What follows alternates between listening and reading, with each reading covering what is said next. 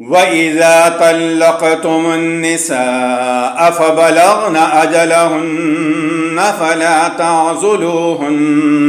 فلا تعضلوهن أن ينكحن أزواجهن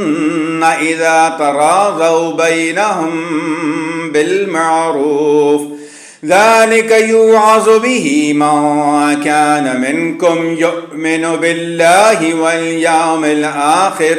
ذلكم أزكى لكم وأطهر والله يعلم وأنتم لا تعلمون والوالدات يرضعن أولادهن حولين كاملين لمن أراد أن يتم الرضاعة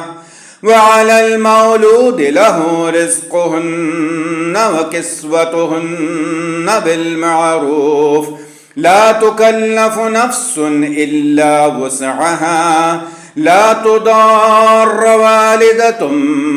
بولدها ولا مولود له بولده وعلى الوارث مثل ذلك فإن أرادا فصالا عن تراض منهما وتشاورا فلا جناح عليهما وإن أردتم أن تسترضعوا أولادكم فلا جناح عليكم إذا سلمتم